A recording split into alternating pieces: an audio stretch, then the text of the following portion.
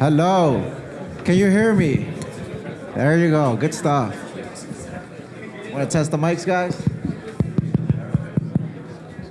Okay, we're gonna try to keep this panel as interesting as possible. I know security and compliance can be, a very sexy topic, but we do have great leadership from all these companies here to elaborate a little bit more. For those of you who don't know me, my name is Christian Narvaez. I am the founder and managing partner of Rayo Capital Group. We're an early stage investment and advisory firm in the digital asset space.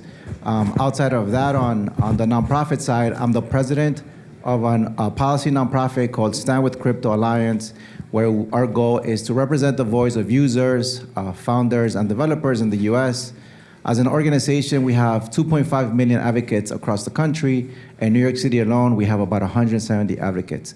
We've done a lot of educational work with policymakers and regulators for a couple of years, and we continue to do that across, not only just at a state level, but also at a federal level. And before being in the digital assets space, I spent 10 years as an energy investment banker covering both the US and Latin America corporates. Very excited to be here, and I would ask if we could go down the panel and share with us a little bit of the company and obviously your background. Hello, everybody. Thomas might not be the farthest away, but I was flown in from Austria on Friday. We as 21X have built a trading and settlement system in Europe. We're a German-based fintech, which allows us to offer trading and settlement atomically in T+0. We use public blockchain for that. And currently we are looking into expanding to US and founding an entity here to bring that model over to US and support the growth on that field. I'm Kyle Downey, head of product strategy at Talos. We're a capital markets technology provider for digital assets. So we work with the largest institutions in the world, representing trillions of dollars in AUM, if you include all of their traditional assets. We offer front, middle, back office technology, so trading, settlement, sort of the plumbing behind some of the largest trading flows in the world in crypto. My background originally is Wall Street technology for over 20 years. Tom Pagler. I am the president of Trinity Security. We're a security firm that focuses on cyber and executive protection. My background is both government and private sector. I was an agent with the U.S. Secret Service in the Bay Area, running the Electronic Crimes Task Force, so all cyber crimes. And then I've spent time in TradFi with Visa and JP Morgan Chase, and then SaaS space with DocuSign, and then later I was a COO and CSO at BitGo. Hi everyone, my name is Yair Klepper. I think the volume is a bit up for me, so I try to keep it low. Originally from Israel, computer engineer by training. I'm 3 times founder, and in the last 4 years I jumped into crypto. I'm co-founder and the chairman of Magma Devs, and we are contributors to Lava Network. Lava Network is building the Cloudflare for crypto, making sure we have uptime, we're routing transactions, requests across any geolocation. The network already supports 150 billions in requests, and excited to be here. Great, thank you guys. And I would start, let's focus obviously on security, and this question will be more geared towards Thomas and Tom. Tom, if you could kick us off, how do you see AI and automation changing the way we secure digital markets? I mean, I think AI is going to change quite a lot of things, mostly from an automation perspective. So with AI, obviously we're going to see an enhanced ability to transact faster, move things faster, to the point where we can't manually look at it or understand it. So we're going to need AI to help us automate the detection and the reporting. And I think that AI will be a good thing for us, as it enhances business and makes transactions faster. It allows us to larger volumes quicker globally. I think that the AI that will have to be developed to do a couple things, as in automating, making sure that we're reporting, we're analyzing at the speeds that they're at, and there's going to be nefarious AI that comes out. So I think we're going to see some AI that's going to come in that's going to go combat the nefarious AI, kind of like the movie Terminator. How do you stop a Terminator? Another Terminator. It's a terrible analogy, but it is true. So I think that we'll see AI, the good AI, coming in from both an audit, compliance, reporting, and then also preventing the nefarious AI. Yeah, I would agree on that. I think the AI, on one side, is a good thing for us to get more insights on security on the operational perspective, but it also, attackers will use it as well, so it's just raising the bars. So we will have the same game on a higher level with AI, and in a much more frequent and a much more automated way. So we need to invest in AI to cope with the attacks coming from AI. I think that's the key thing we need to do on that side. Thank you, guys.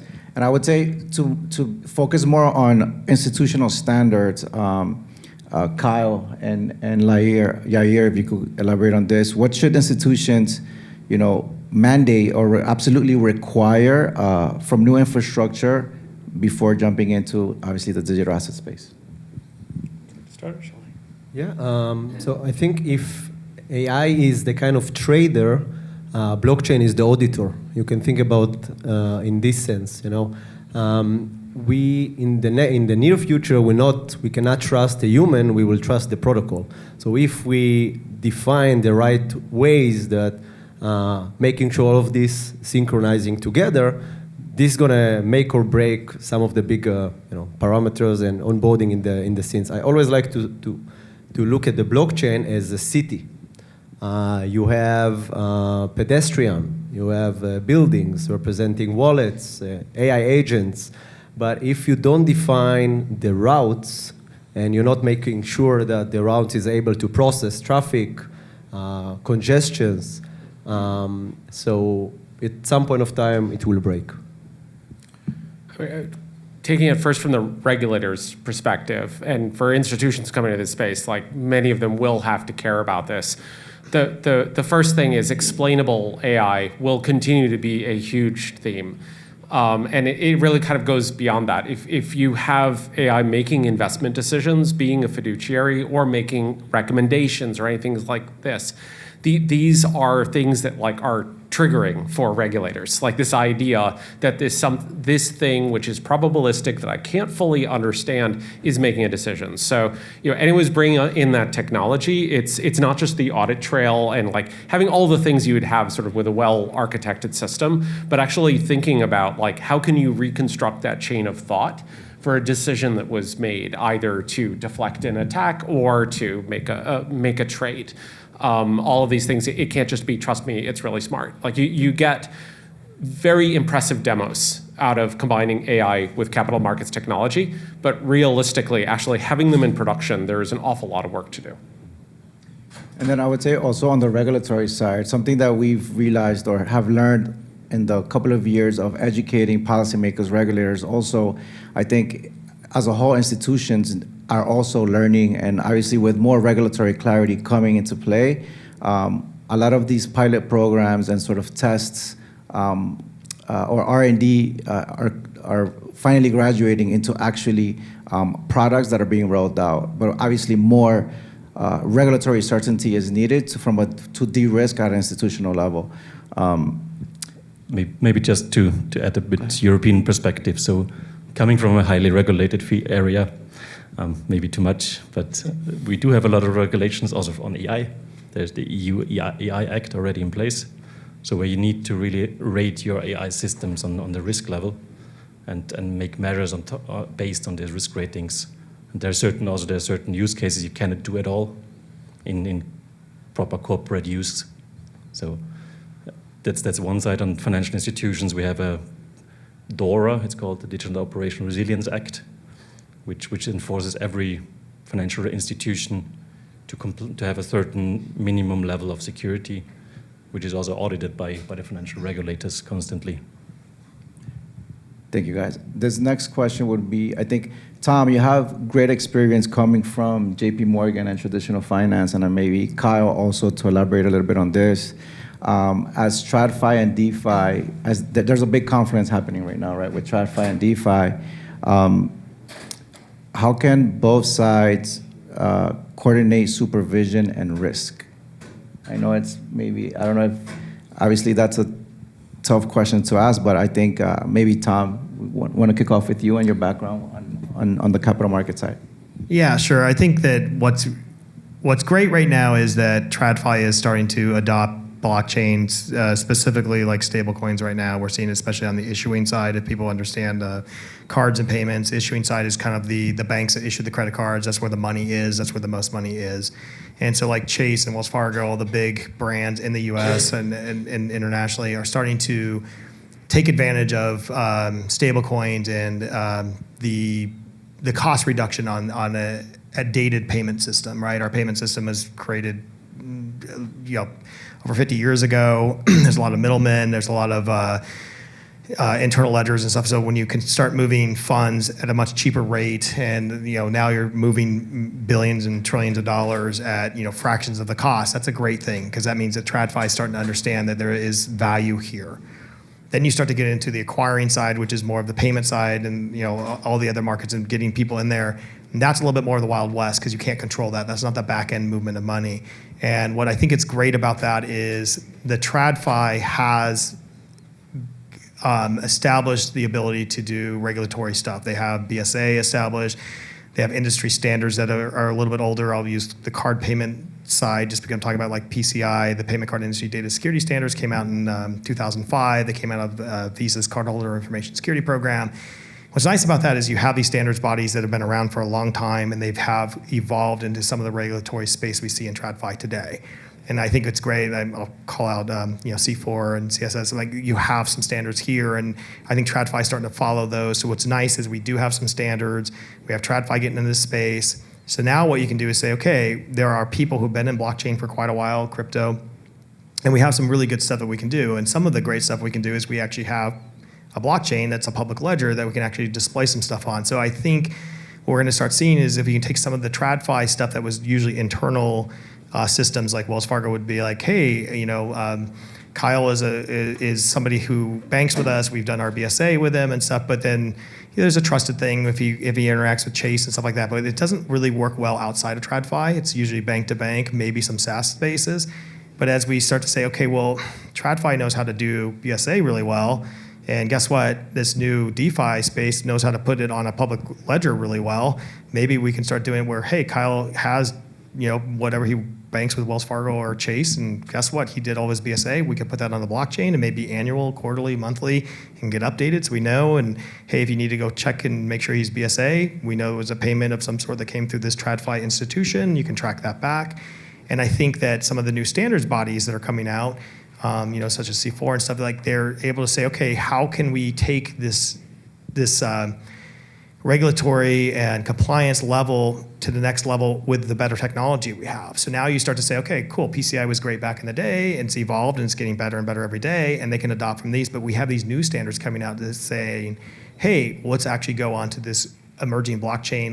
Let's use the technology that it's supposed to be for what it is, and let's speed everything up. So I think that there's, as they come together, it's going to be pretty interesting, because I think TradFi's done it well. I think also, I'm going to throw in Thomas here. I mean, like, I think other countries have done it well, like BaFin, and there's rules out there.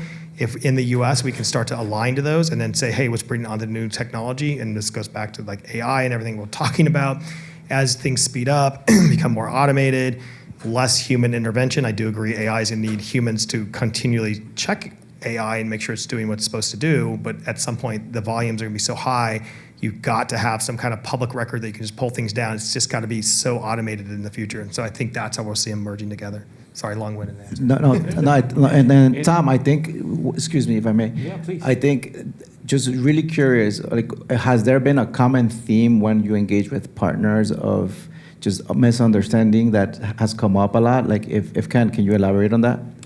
Yeah, I mean, I think the biggest issue is BSA is a big blocker. And what I mean by that is the Bank Secrecy Act, knowing who the people are, the AML, KYC, all that, is a big blocker to innovation. And it should be, right? We're trying to make sure that we don't allow money to move places it shouldn't. We try to keep people from using systems to launder money. It makes total sense. However, blockchain, what's amazing about it is you can cut a lot of middlemen out, right? So you can I can send Kyle money right now and we can just transact, and I don't have to go through a independent sales organization that goes through a processor that goes through owned by an issuer that then gets a charge from Visa that goes, just the amount of like friction on the system that exists in the TradFi.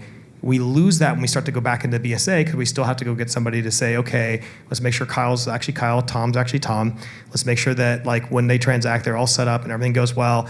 We're cutting out a lot of the middlemen, but not all of it. We're still going to this traditional financial institution system to say, I know that Kyle's Kyle, Tom's Tom, or Thomas is Thomas.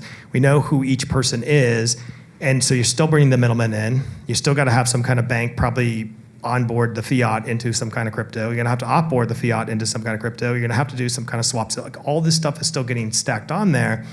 So even though blockchain and everything is doing a good job of taking the friction out, we still put the friction in because we want to operate in the old system. So that's kind of where I get the most like concerned because especially in institutions that want to go into blockchain and DeFi because they're like, oh, I'm going to save money, and they start to realize I'm actually not saving money. I might even be spending more. And I have this system internally that's off from now my public blockchain that I have to now make sure there's no drift and all this. It causes these other problems. So the point is, I think what we need is this merger because we need to make it where TradFi actually can operate on the amazing technology of DeFi, and then DeFi can speed up because now TradFi works on the technology that DeFi is. And when we get that, we are going to undercut payments so well and capital markets and everything that we're going to be able to see much more movement and stuff like that. But it's up to us on the DeFi space to just demonstrate that this can be done on this. It's up to TradFi to embrace and take it in, and we have to come together. That's what I hear from clients over and over. No, thank you for that. And then, Kyle, if you could elaborate a little bit more on, a number to follow up on there, and this is like a memory test for me. So first of all, I'm going to push back on one of the things you said. Do you really need to know that I'm Kyle? Or do you need to know that I live on the Lower East Side, not in Tehran? That if I'm a qualified investor, I have a certain income threshold, but not necessarily my income. Like to actually go with the principles behind a lot of these rules, you need to know a lot of my attributes, but you do not necessarily need to distinctly identify me as an individual. Exactly. So thank you. So like as a key standard in this space, decentralized identities, like this is a really, really important one, particularly ones that have attestations attached to them where you can potentially use some of it. So I think some of the conversation is actually about like the opportunity side of things as well as the risk side of things. Like, because there are cybersecurity implications of all the things you know about Kyle that someone could break in and steal that you do not necessarily need to know to sort of cover that. And I know it is not as simple as that, but I think some of the like DeFi, TradFi conversation can't spend too much time on here's all the things that can go wrong and here's how expensive it could be, but also like you can actually get those principles without necessarily dragging in absolutely all the implementation of BSA. I think the other thing that we have to deal with, which you kind of touched on as well, is that digital assets and crypto are inherently global. So it's multi-jurisdictions that you have to deal with. So there's an opportunity in that, but that also adds a lot of complexity. It's like there is kind of this Brussels effect of like everyone is going to have to kind of figure out their relationship to DORA to the extent that they have intersection with the EU. So there's going to need to be a pretty difficult conversation about how do global standards work. But like we do have models for this. Like this was done pretty well actually with the internet, and W3C kind of picked up DID as an example. Like there are models for standard bodies to like work these things out. But it does need expertise from both sides because there's definitely nuance. Like you can very much take a tech-centric, like, oh, of course, very easy, just use ZK proofs and you're fine. And if you don't really understand the regulatory constraints or what might have to change, that may a great technical solution may not be enough. Thank you. And I would say to stay on the topic of trust, and Kyle, maybe you could kick this off. How can compliance by design networks help rebuild trust and open participation? So, I mean, there have been a number of points already about, that kind of wonderful, globally distributed, immutable record that we have, and that's part of it. So often when we talk about like the risks on chain, and we tend to forget that even for like some of the professionals in the space, DHS, the FBI, they love blockchain. It's like stealing a bus with a giant number painted on top. Like, it is the dumbest thing to do because you have all of that perfectly preserved, globally replicated data. That does present some challenges. There are some things in finance that actually having it all in the clear creates its own problems. But like kind of starting with you have all that foundational data, it is very, very helpful.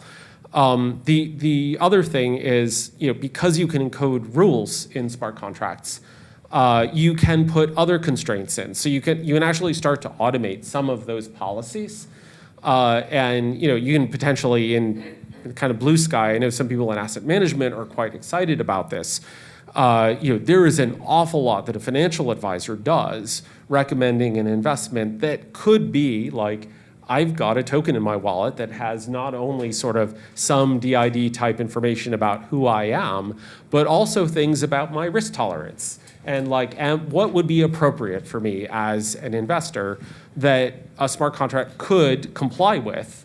And sort of have that built in, so like you're never going to have me investing in something that is inappropriate for me. My tokens will not interact with a smart contract that does not meet those particular constraints. So again, there are opportunities in this. Like, we can actually build those better practices into a layer that is fully auditable and that can't be changed, or at least you have that audit trail of all of those changes. And this is actually a wonderful thing. Like, if you actually help the regulators understand what can be done out of this, they're like, oh, so we could actually make this better, not worse. Like, there's been very much for years been a mind frame of, we introduce this technology and everything gets worse. But this is not necessarily the case, and I think there are real opportunities there. Thank you. Can I just jump in on that, though, just with Kyle? And I love everything he's saying. My concern is we still have laws and stuff that don't allow us to do some of the things you're asking about. Now, I'll just give an example. When I was at a large financial institution, we had this rule come down that, like, if there were two social security numbers used, we had to assume both were stolen until proven otherwise, which meant we were talking high net worth individuals who we had to say, you have to go to Social Security and go get your proof that basically we cannot go to Social Security and ask for proof. The individual has to, and their staff can't do it. They have to go by themselves, go in there and get a letter to say that is mine, and we freeze their account until that happens. And you're talking high net worth people, as in like the highest net worth in like the world. And we were stuck and we had to do that. And that's what I'm saying. Like, I love all these topics. I think it's absolutely right. The biggest block I think we have sometimes is because there are these laws that can put in certain things. That's why I'm totally about standards bodies. I think it's better when regulators say follow the standards bodies, because the standards bodies can get to where the things that actually make more sense and make the markets work can actually work, and you're not stuck with a law that suddenly, like, okay, now we're completely slowing this whole system down because we actually have to stop one of our biggest traders out there because they can't do anything because their social security number just came in because someone randomly guessed it when they applied. And I'm just using that as an example. And that's all I'm saying is I love all the ideas and we need to get there, but we really need to start pushing towards laws that make sense and regulations that make sense or are adaptable. Yeah, principles-based regulation with self-regulatory organizations is probably the right model. Yeah. Who thought compliance can be boring? It's fascinating topic. And then I would say Yair to stay in tune with trust, and obviously as a contributor to Lava Network, what's your take on compliance by design, and how can we rebuild trust there?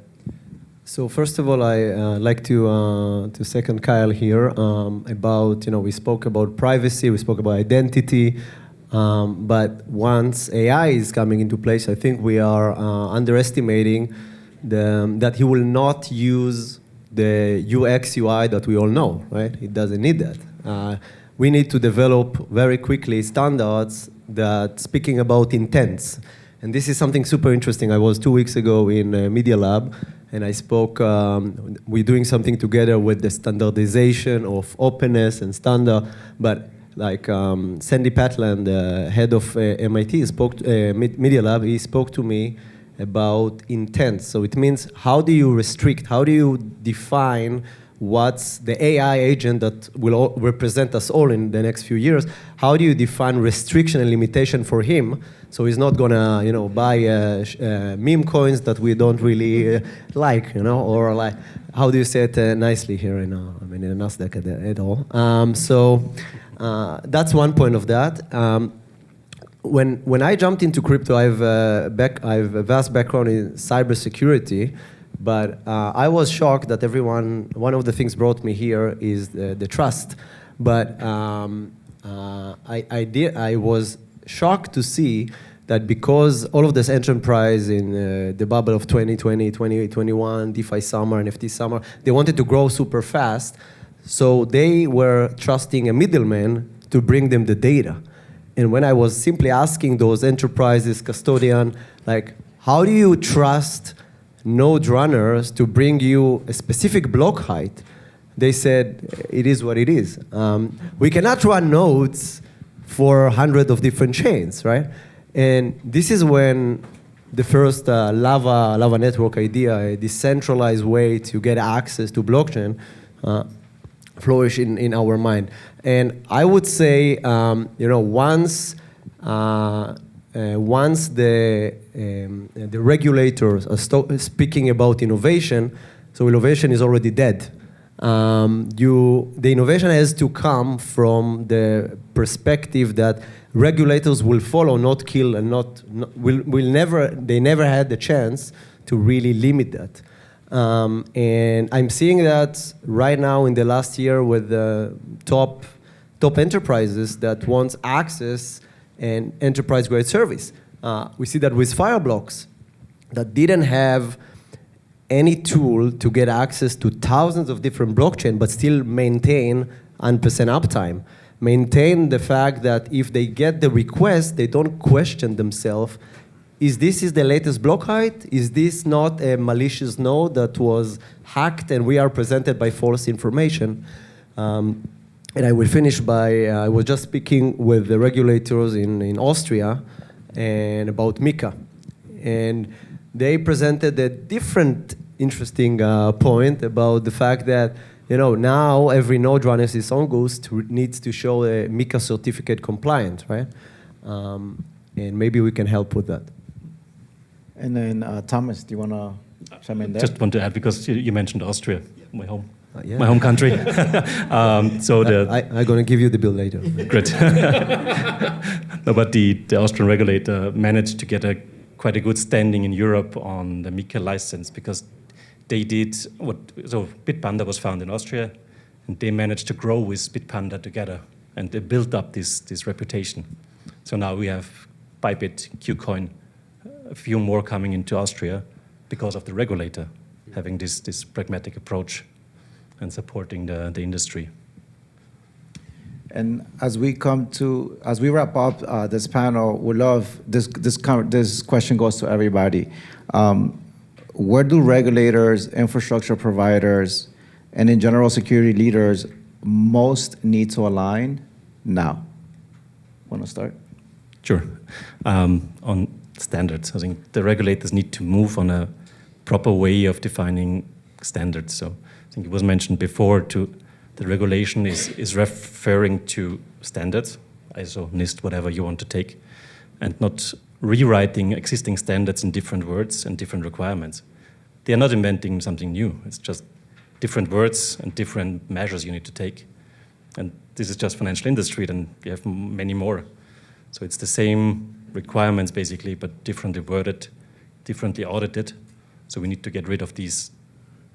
It's the same basically. So we require the same, every regulator demands the same from companies, but it's differently written and differently structured, whatever you want to do. And this causes a lot of friction overhead in the whole industry.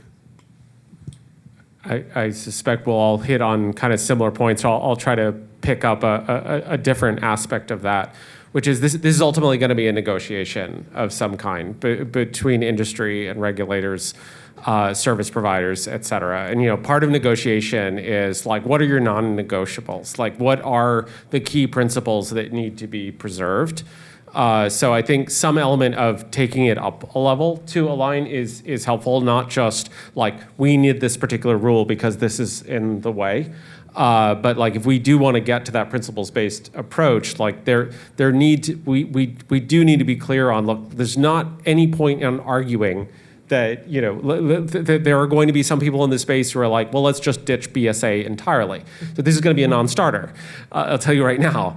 But we could look at what are the principles that need to be carried forward into the new space, and kind of use that to sort of align the different participants. I'm going to add to what Kyle and Thomas said, and actually Yair said. I really think that it's going to be standards bodies are going to be needed, and it's because we are approaching a time that we haven't seen before. We've been through the internet before. We've been through payment, like digitization, all that. But Yair's right. Like, how many people even use the browser anymore? I talk to ChatGPT all the time in my car, and like I learn stuff. Like I don't use the browser as much as I did. We're seeing that change right away. We're going to see more and more, you know, distributed ledgers out there. We're going to see global movement of money, and you just can't write laws. They take too long to get in there, and then you get stuck with them. And then when technology changes, so I think we're really going to have to embrace standards bodies more than we have in the past, and we've used them before. They've helped push good change. But I agree with Kyle. Like, you can't say what's be done with BSA, but does it really make sense? I mean, like the fact that, you know, you're relying on these numbers that are given to you by governments of different types, and then someone else just guesses your number, and suddenly it's a big hiccup. Like, that kind of stuff can't continue for us to evolve where we're headed. I just want to finish with a question. Anyone here know what's RPC? RPC? Okay, because if it were more hands, I don't have a job anymore. I think, you know, innovators and regulators, they need the same. They need certainty. And if the regulators write the laws, the innovators write the code. And only once we have, you know, the flipping point of that will be when there is a convergence into the right standard that will continue flowing the rails. Thank you, guys. And I would say, just to wrap up, as traditional finance and decentralized finance, you know, continue to